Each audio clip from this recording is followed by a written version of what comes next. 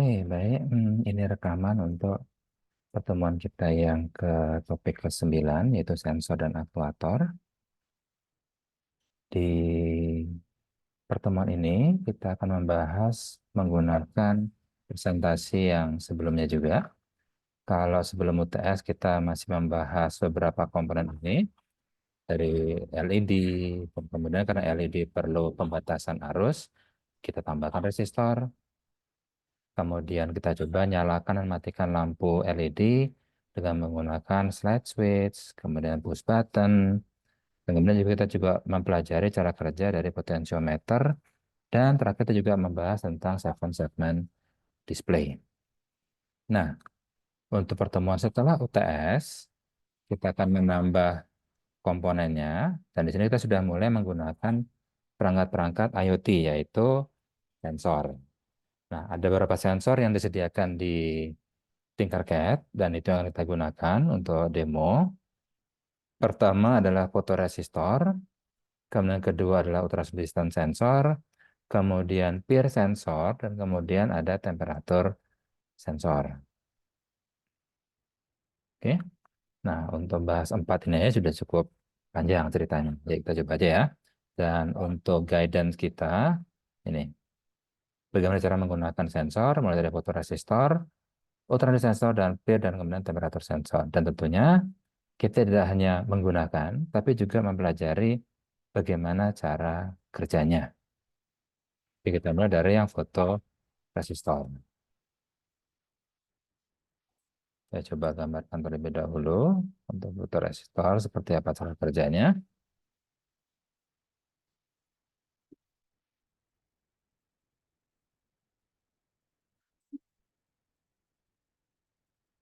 Oke.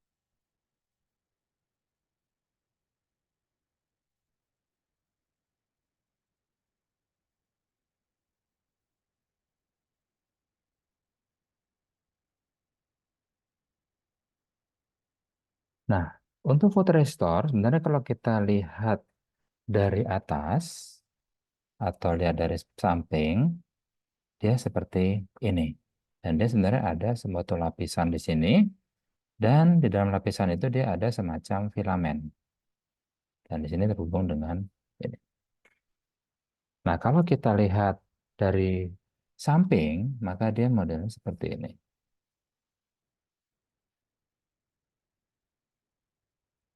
Nah, di sini adalah filamen. Nah, cara kerjanya seperti apa? Nah, kalau misalnya sinar matahari atau sinar apapun dia datang jatuh ke atas sisi sini.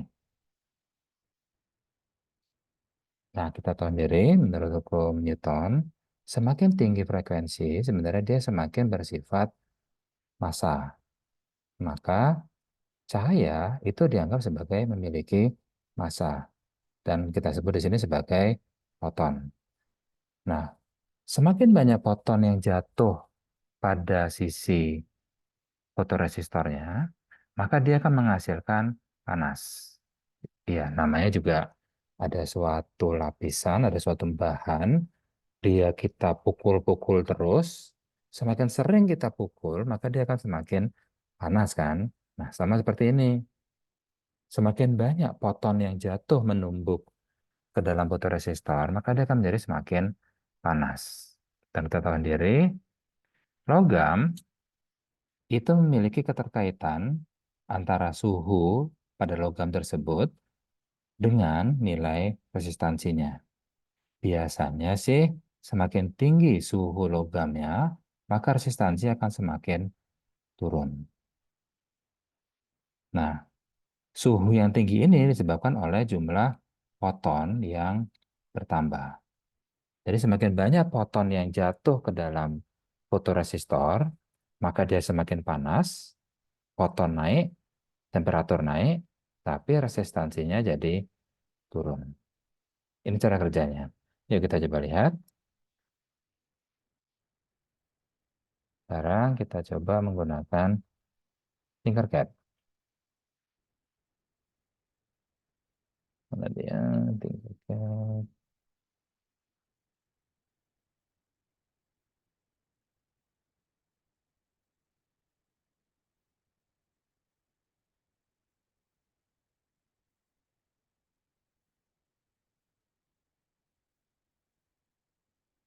foto. Nah, ini ya.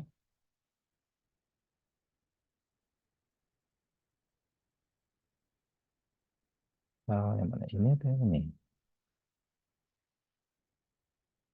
Oke, yang ini kan lebih gampang menjelaskannya. Nah, di sini ada sebuah fotoresistor, ini filamennya, dan filamen ini kita sambungkan dengan tegangan 5 volt. Nah, kita ingin tahu berapa nilai R yang ada di sini, agar setelah R-nya tahu, kita bisa merelasikan dengan jumlah foton yang jatuh. Ya, tentunya kita hanya bisa menduga-duga jumlah fotonnya, tapi setidaknya kita jadi tahu ini terang atau gelap.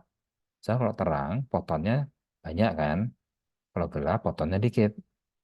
Nah, berarti kita bisa merelasikan antara siang dan malam berdasarkan nilai R-nya. Nah, yang jadi masalah, Arduino Uno dengan ADC-nya, dia hanya bisa mengukur tegangan. Berarti kita harus mengubah nilai R di sini. Jadi kita nggak bisa, Arduino itu nggak bisa mengukur R, tapi dia bisa mengukur tegangan.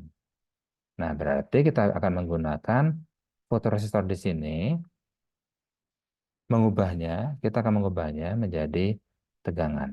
Nah, caranya adalah dengan menggunakan pembagi tegangan. Oke, jadi modelnya dia seperti ini nanti. Hapus dulu.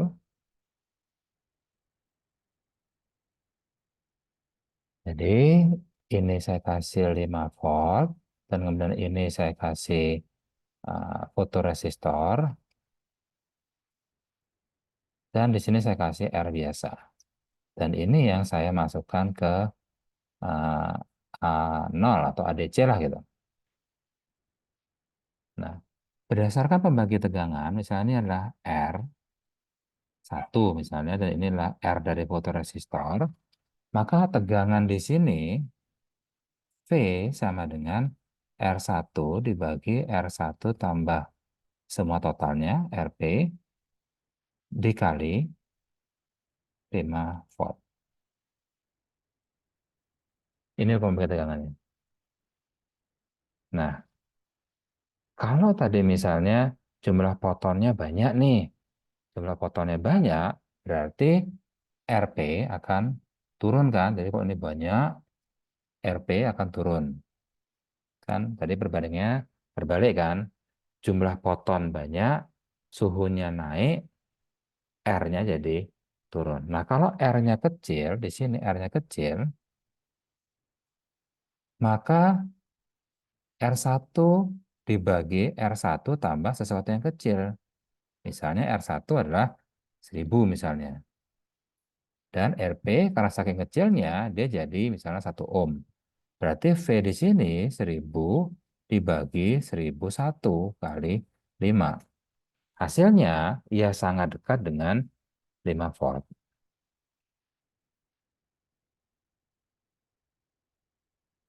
Oke, kita coba aja.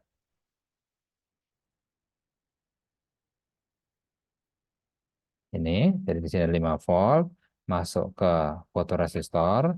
Dari fotoresistor dikasih R 1 kilo ohm dan nyambung ke ground.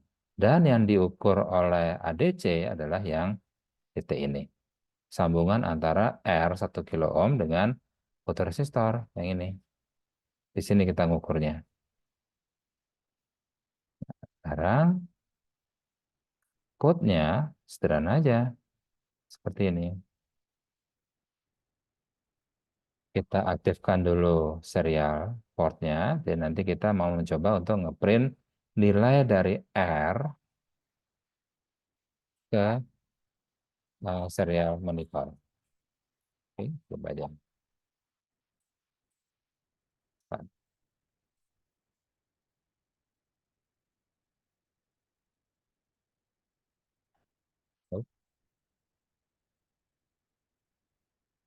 Nah, di sini dia menunjukkan angka 6. Berarti hasil pembacaan ADC-nya menunjukkan nilai yang sangat rendah. Kan dia nilainya dari 0 sampai 1023 kan. Dan di sini pun juga dia bilang, ini tegangannya kecil banget nih, 27 milivolt. Oke, berarti kalau itu terjadi karena dia adalah, oh, dia malam hari. Karena malam hari gelap, maka nilai R di sini sangat tinggi sekali. Karena sangat tinggi, maka RP-nya besar banget.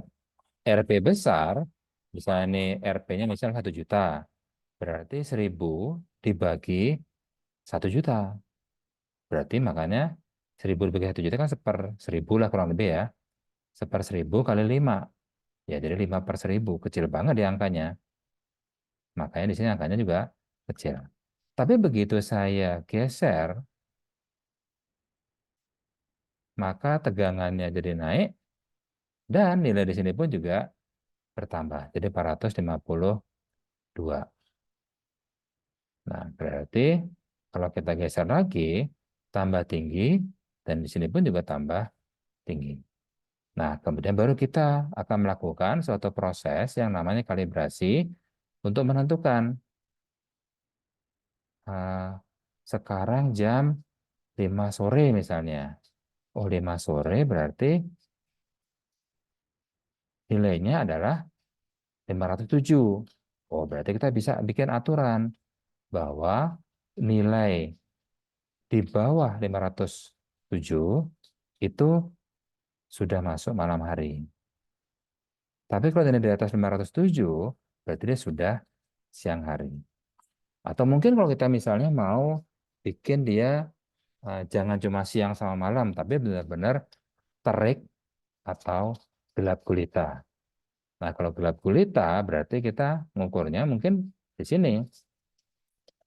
Jadi kalau nilainya misalnya eh, di bawah 200, oh ini gelap gulita, gitu kita bisa anggap seperti itu. Tapi kalau nilai yang dimunculkan misalnya 663, ini panas banget, ini terik sekali. Karena jumlah fotonnya itu luar biasa banyak. Nah, nanti angka di sini berarti kita bisa bikin aturan. Kalau nilai pengukuran dari fotoresistor ini 663 ke atas, ini panas luar biasa. Jadi tolong aktifkan AC-nya misalnya seperti itu. Nyalakan air conditioning untuk bisa lebih nyaman untuk bekerja. Contoh misalnya seperti itu. Oke, ini untuk yang foto resistor. Setidaknya teman-teman tahu bagaimana cara kerjanya dan bagaimana cara menggunakannya di Arduino. Oke, jadi kita bisa mengatur kalau angkanya segini itu malam, angkanya segini siang. Tapi bisa juga kita atur lagi, lebih ekstrim. Angka segini gelap gulita, angka di sini, angka segini itu terik luar biasa. Contohnya misalnya seperti itu. Oke. Nah, ini untuk yang foto resistor. Sekarang kita lanjut lagi ke sensor kedua, yaitu ultrasonic distance sensor. Oke, seperti biasa kita pelajari dulu, kita bahas seperti apa cara kerjanya. Nah, dari namanya saja ultrasonic distance sensor. Berarti dia adalah sensor yang digunakan untuk mengukur jarak, distance, dengan menggunakan frekuensi ultrasonik. Nah, ultrasonik teman-teman mungkin ingat dengan yang namanya kelelawar kan? Nah, sebenarnya ultrasonic sensor ini juga menggunakan cara kerja yang mirip seperti kelelawar. Nah, teman-teman masih tahu kan kelelawar tidak pernah nabrak. Kenapa? Karena dia dalam beberapa saat dia selalu memancarkan frekuensi ultrasonik, teriak dia. Teriak dan kemudian kalau teriakannya ada yang mantul, ada echo, oh berarti di depan saya itu ada sesuatu. Kalau saya lanjut, saya nabrak, maka saya harus belok ke kiri atau belok ke kanan. Nah, itu cara kerja dari kelelawar. Nah, yang ultrasonic sensor juga sama. Dia ada yang teriak dan ada yang mendengarkan. Nah, pada saat ada yang teriak, frekuensinya terus, dan kalau misalnya dia ada sesuatu di depannya, maka dia akan terpantul. Dan pantulannya, echonya akan dibaca oleh RX. Jadi dia tahu di depan tuh ada sesuatu. Nah, tapi sesuatu itu jaraknya berapa?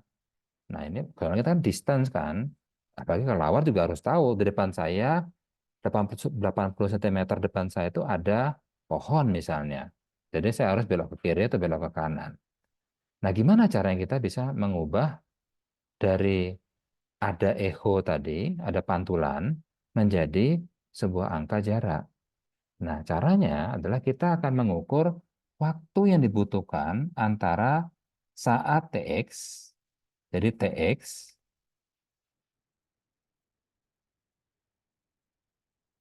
kita cari perbedaan antara jarak saat dia kirim dengan jarak saat dia diterima. Nah, delta time ini bisa kita kalikan dengan 340 meter per detik. Karena itu adalah kecepatan suara. Misalnya kita pakai angka seperti itu.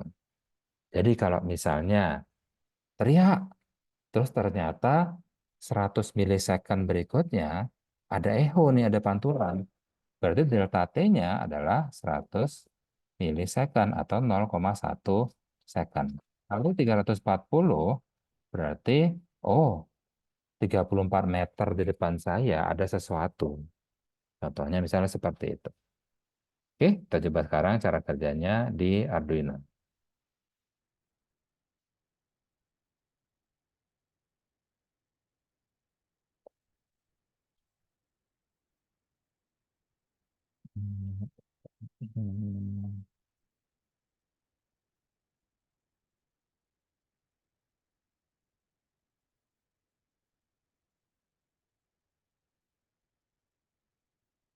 Dan yang ini, kita coba.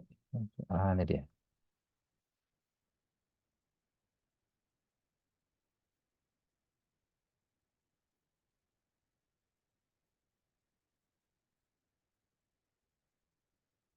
Oke, terus sensor seperti ini. Ada dua bola eh, benda apa dua buah transducer istilahnya. Transducer itu alat yang bisa mengubah suatu sinyal listrik menjadi misalnya suatu yang lainnya, misalnya jadi gelombang. Nah, transducer ini didesain untuk ultrasonik. Ingat, ultrasonik itu di atas 20 kHz ya. Oke, kita coba lihat. Di sini 5 volt, nyambung ke 5 volt, ground, nyambung ke ground. Dan kemudian dia ada satu pin yang akan disambungkan dengan pin nomor 7. Programnya seperti ini. Pertama, kita akan membuat trigger pin. Trigger pin itu 7. Pin 7 kita kasih low. Kemudian low tersebut didiamkan selama 2 mikrosecond. Dan kemudian dijadikan high selama 10 mikrosecond. Dan kemudian dibikin low lagi. Oke, berarti 2 dan 10. Kita coba lihat. Berarti gambar sinyalnya dia seperti ini. Pertama dia low, 2 mikrosecond. Dan kemudian 10 naik dia. Dan ini ada 10 mikrosecond. Berarti total periode sinyalnya adalah 12 mikrosecond. Dan ini kalau kita ubah, ini kan periode kan, T sama dengan 12 mikrosecond. Berarti F sama dengan 1 per T sama dengan 1 per 12 mikrosecond. Oke, nah sekarang 1/12 mikrosecond itu berapa? Mikrosecond itu kan 10 pangkat minus 6. Berarti 1/12 kali 10 pangkat minus 6. Ini bisa dibawa ke atas, jadinya adalah 10 pangkat 6 dibagi 12. Kita coba panggil kalkulator kita.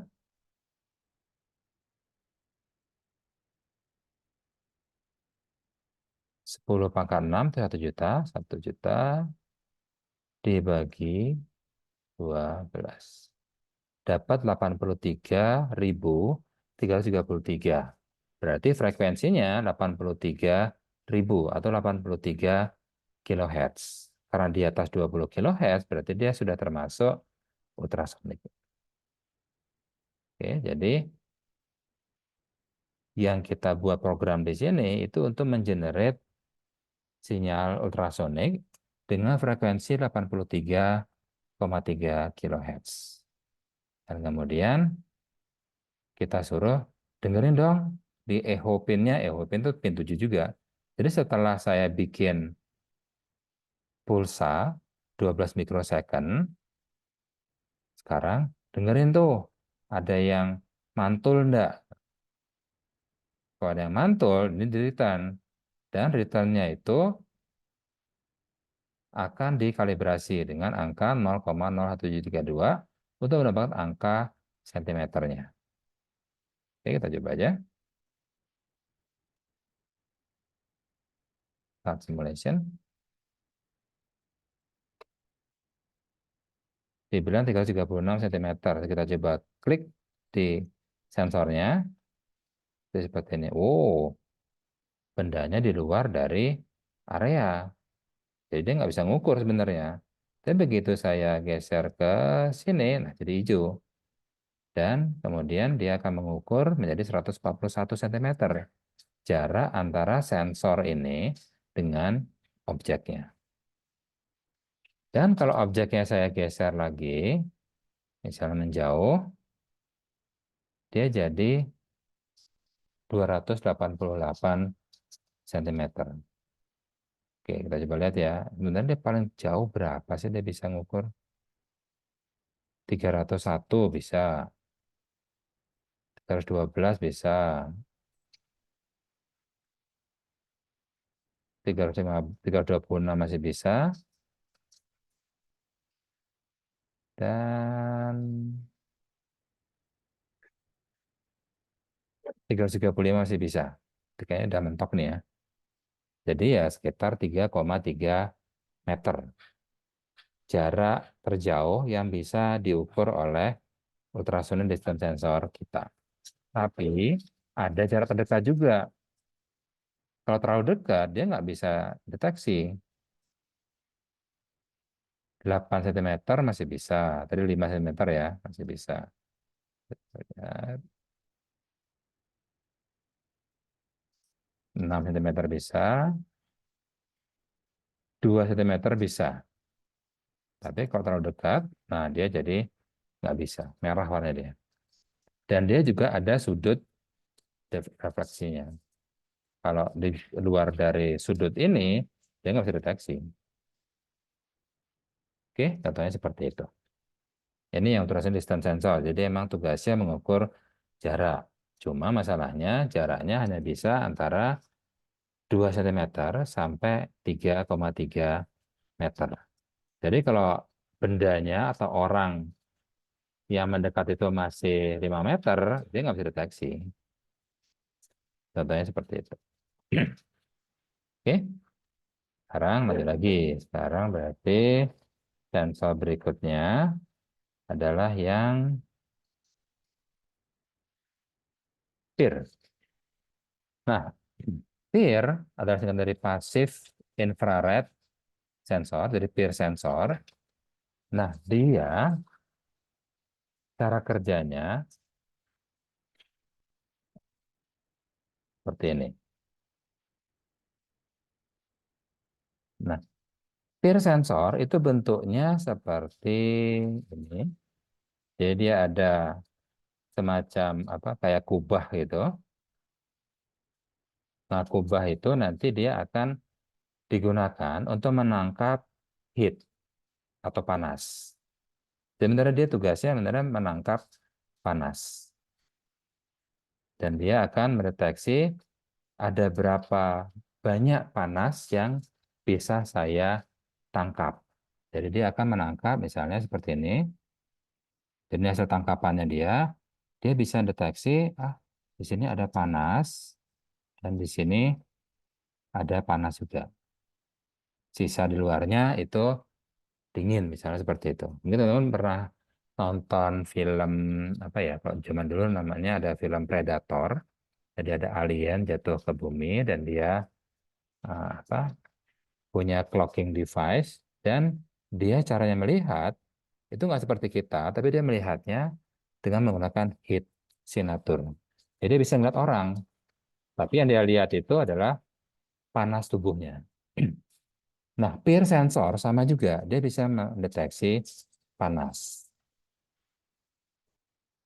Jadi dia misalnya di sini warnanya merah, sebentar sisanya ini dia hitam karena dia apa nggak panas atau dingin. Contohnya seperti itu. Nah, peer sensor dia akan terus mendeteksi dan dia bisa mendeteksi adanya perubahan heat. Contoh misalnya, tadinya heatnya itu segini, jadi cuma ada satu. Jadi misalnya orang. Terus beberapa milisecond berikutnya, ternyata kok bertambah heatnya. Oh, berarti orang ini mendekat ini. Nah, contohnya seperti itu. Jadi dia bisa mendeteksi, bisa digunakan untuk mendeteksi gerakan dengan cara membandingkan jumlah hit yang dia tangkap saat ini dengan jumlah hit yang ditangkap sebelumnya. Itu cara kerja dari peer. Oke, sekarang kita coba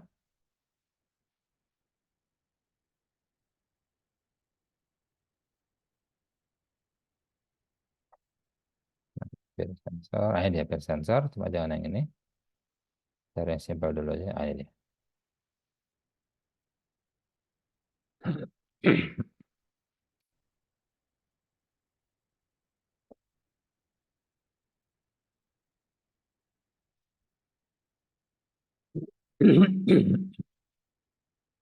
Oke, mirip seperti yang tadi, positif, negatif, dan kemudian di sini ada untuk sinyal datanya.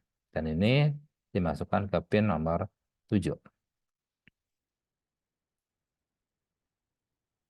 Dan programnya sederhana juga, dia hanya deteksi, tolong baca pin nomor 7. Dan di sini ada sensor state. Dan kalau dia ada perubahan, maka sensor state-nya jadi berubah jadi high. Dan kalau dia high berarti ada orang atau ada sesuatu yang mendekat. Tapi kalau sensor state-nya tetap sama, maksudnya antara gambar sekarang dan gambar sebelumnya itu tetap sama, ya dia akan bilang nggak aktif, nggak ada yang bergerak. Oke, kita lihat contohnya aja seperti ini. Sekarang inaktif. Kita coba lihat. Nah, sekarang dia aktif karena ada yang gerak. Dan sekarang orang yang sudah diam, inaktif lagi. Kemudian orangnya gerak lagi, aktif lagi. Gerak lagi, aktif lagi. Nah, jadi sebenarnya mirip seperti yang distance sensor, cuma dia memiliki kelebihan, jarak jangkaunya itu lumayan jauh. Bisa sekitar 20 sampai 30 meter. Kalau tadi ultra distance sensor kan cuma 3,3 meter kan. Ini bisa 20 sampai 30 meter tergantung kualitasnya. Cuma tetap sama juga dia punya jarak jangkau terdekat. Jadi kalau orang yang udah terlalu dekat, dia nggak tahu. Tapi setidaknya begitu orangnya dari jauh masuk ke range-nya, dia bisa tahu, oh ada orang nih. Contohnya seperti itu. Oke, ini untuk yang peer sensor. Jadi kita diminta untuk menganalisis, identify apa perbedaan antara radiation sensor dengan peer. Oke, perbedaan pertama yang UDC, radiation sensor itu menggunakan frekuensi ultrasonik, sementara peer menggunakan heat signature sensor. Jadi lihat gambar panasnya atau heat map-nya. Itu perbedaan pertama. Nah, perbedaan kedua, ultrasonic sensor itu rata-rata menggunakan dua buah transducer. Satu buat kirim, satu lagi buat nerima. Tapi kalau peer, dia cuma satu. Karena dia sebenarnya cuma nerima aja. Tangkap, tangkap, tangkap, tangkap, terus seperti itu. Oke, kemudian perbedaan ketiga, jarak. UDC maksimum hanya sampai 3,3 meter, peer bisa sampai 20, bahkan sampai 30 meter. Kemudian UDC bisa mengukur jarak, tapi kalau peer nggak bisa mengukur jarak. Dia cuma tahu ada yang gerak atau tidak. Itu aja. Meskipun kalau misalnya mau kita apa? Kita kalibrasi, kita bikin program sendiri, bisa sih. Karena kayak tadi di sini kan, tadinya heat map-nya itu 10% misalnya seperti itu. Kemudian 1 detik kemudian jadi 40%. Jadi yang panas ini 40% dari total gambarnya. Nah, dari situ kita bisa kalibrasi. Oh, jaraknya jadi sekian. Jadi kalau hitnya 10%, berarti jarak orang itu masih 15 meter misalnya seperti itu.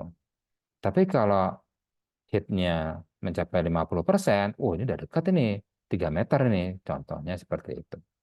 Cuma harus kita kalibrasi sih ini ya. Dan programnya pun juga kita ubah. Oke, sekarang yang terakhir temperatur sensor.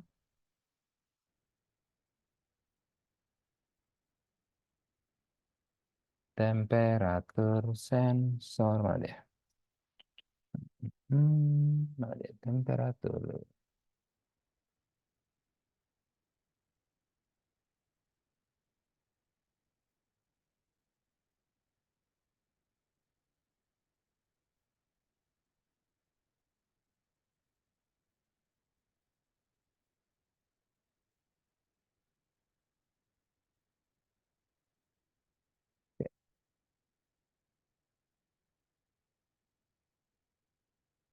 Ini dia. Oh, tapi ini sudah yang dipanculkan di LCD apa? Ya.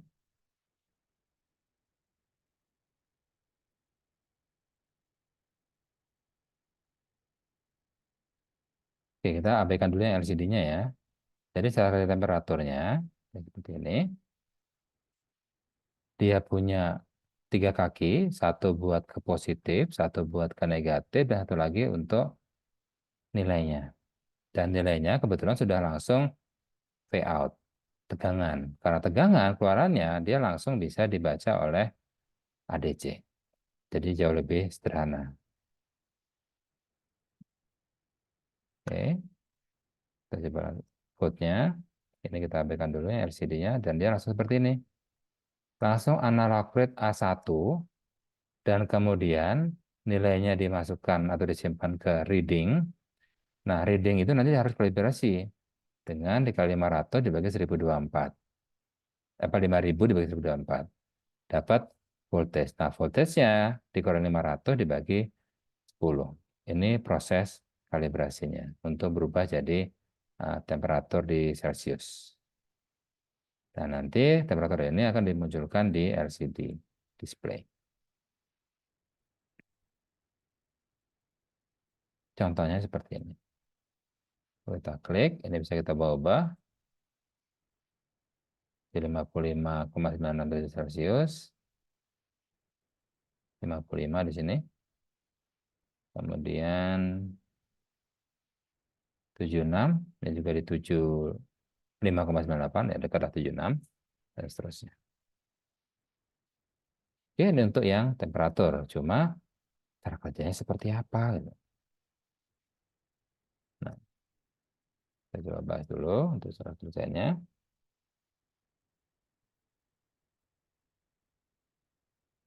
Nah, temperatur sensor berarti dia harus sensitif terhadap suhu kan. Nah, teknologi temperatur sensor itu yang paling sering digunakan itu namanya adalah termistor. Termistor itu dari term, termometer, istor, jadi resistor. Jadi dia adalah Kalau T-nya diubah-ubah, maka dia akan mengubah nilai R. Nah, hubungannya seperti apa? Nah, biasanya termistor di sini, kalau suhunya naik, R-nya dia turun. Jadi kalau kita bikin grafiknya, dia seperti ini. T, ini R-nya dia seperti ini. Jadi pada saat T-nya naik, misalnya dari sini, T misalnya 10 derajat Celcius. Nilai R-nya adalah 1000 ohm misalnya. Kalau T-nya saya naikkan dari 10 derajat Celcius jadi 30 derajat Celcius, maka nilai R-nya justru turun. Jadi misalnya 600 ohm misalnya seperti ini. Oke, ini contoh termistor. Nah, yang tadi kita gunakan temperatur sensornya bukan termistor. Karena dia langsung tegangan. Termistor itu langsung jadi R. Apa cuma jadi R saja. Nah, untuk proyek teman-teman kan menggunakan DHT11 kan. Nah, DHT11 itulah salah satu contoh dari termistor. Jadi dia peka terhadap suhu dengan cara mengubah nilai R-nya. Jadi DHT11 termasuk tipe termistor.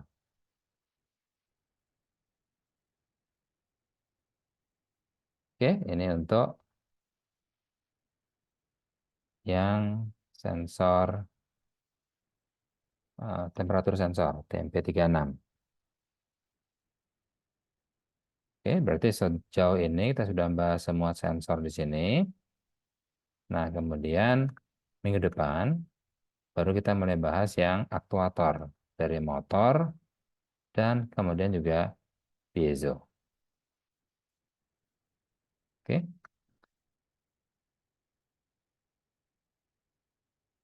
ini buat minggu depan.